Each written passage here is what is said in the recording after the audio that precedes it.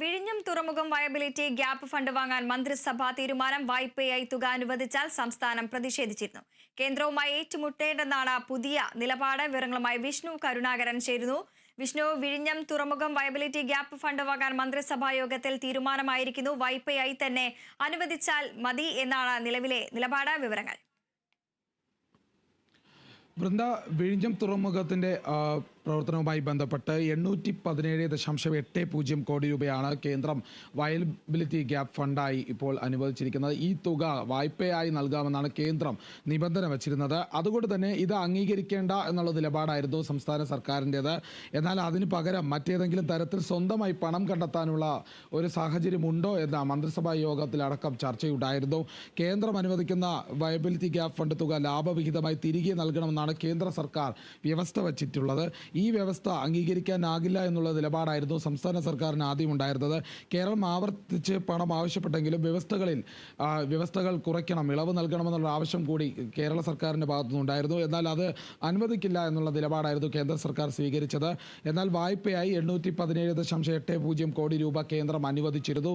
ഈ തുക വിനിയോഗിച്ചതിന് ശേഷം ലാഭവിഹിതമായി തിരിച്ചടയ്ക്കണം, വായ്പയുടെ പലിശയടക്കം തിരിച്ചടയ്ക്കണം എന്നുള്ള സാഹചര്യമുണ്ട്. അതുകൊണ്ട് ഈ പണം സ്വീകരിക്കേണ്ട നിലപാട് എടുക്കേണ്ടതില്ല എന്നായിരുന്നു സംസ്ഥാന സർക്കാരിൻ്റെ തീരുമാനം. എന്നാൽ ഇപ്പോൾ ആ തീരുമാനം മാറ്റിയിട്ടുണ്ട്.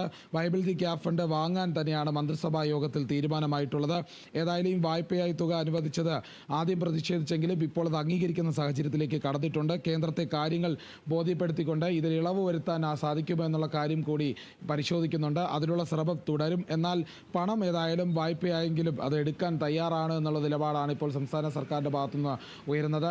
അതുകൊണ്ട് തന്നെ ഈ പണം സ്വീകരിച്ചുകൊണ്ട് തന്നെ വിഴിഞ്ഞം തുറമുഖത്തിൻ്റെ അടുത്ത ഘട്ടം പൂർത്തിയാക്കാനുള്ള സംവിധാനത്തിലേക്ക് ഒരുങ്ങുകയാണ്.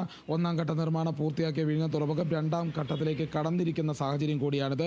2028-നകം 4 ഘട്ടങ്ങളിലും പൂർത്തിയാക്കി സർക്കാർ വലിയ നേട്ടത്തോടെ വിഴിഞ്ഞം തുറമുഖത്തെ കാണുന്നുണ്ട്. ഏതായാലും അതോടെ തന്നെ സംസ്ഥാന സർക്കാരിന് വലിയ വരുമാനം ലഭിച്ചു തുടങ്ങുന്ന സാഹചര്യമാണ്. അതുകൊണ്ട് തന്നെ ഈ തുക ഇപ്പോൾ വാങ്ങാം എന്നുള്ള നിലപാടിലേക്ക് തന്നെയാണ് കടന്നിരിക്കുന്നത്. വൃദ്ധ, നിലവിൽ കേന്ദ്രവുമായി ഏറ്റുമുട്ടേണ്ടെന്നാണ് പുതിയ നിലപാട്, അല്ലേ? തീർച്ചയായിട്ടും കേന്ദ്രം ഈ ഒരു തുക നൽകുന്നത് പലിശ സഹിതം കടമായി ആണെങ്കിൽ പോലും അതിനെതിരെ എതിർത്ത് നിൽക്കുന്ന സാഹചര്യം ഇപ്പോൾ വേണ്ട എന്നുള്ള നിലപാട് തന്നെയാണ്.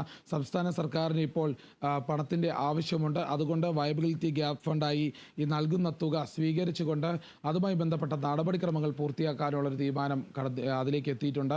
ഏതായാലും ഇനി വരുന്ന ദിവസങ്ങളിൽ തന്നെ വിഴിഞ്ഞം തുറമുഖം വളരെ വേഗത്തിൽ പൂർത്തിയാക്കേണ്ട സാഹചര്യമുണ്ട്. 4 ഘട്ടങ്ങളും 2028-നകം പൂർത്തിയാക്കേണ്ടതുണ്ട്. അങ്ങനെയാണെങ്കിൽ സംസ്ഥാന സർക്കാരിന് വരേണ്ടിയിരിക്കുന്ന വിഹിതം വളരെ വലുതാണ്. അത് കണക്കിലാക്കി തന്നെയാണ് വലിയ പ്രശ്നങ്ങൾ കേന്ദ്രവുമായി നടത്തേണ്ട. അതുകൊണ്ട് തന്നെ വളരെ വേഗത്തിൽ തന്നെ ഈ പണം സ്വീകരിച്ചുകൊണ്ട് പ്രവർത്തന നടപടികൾ പൂർത്തിയാക്കാനുള്ള കാര്യങ്ങളിലേക്ക് കടക്കണമെന്നുള്ള തീരുമാനത്തിലേക്ക് തന്നെയാണ് എത്തി നിൽക്കുന്നത്.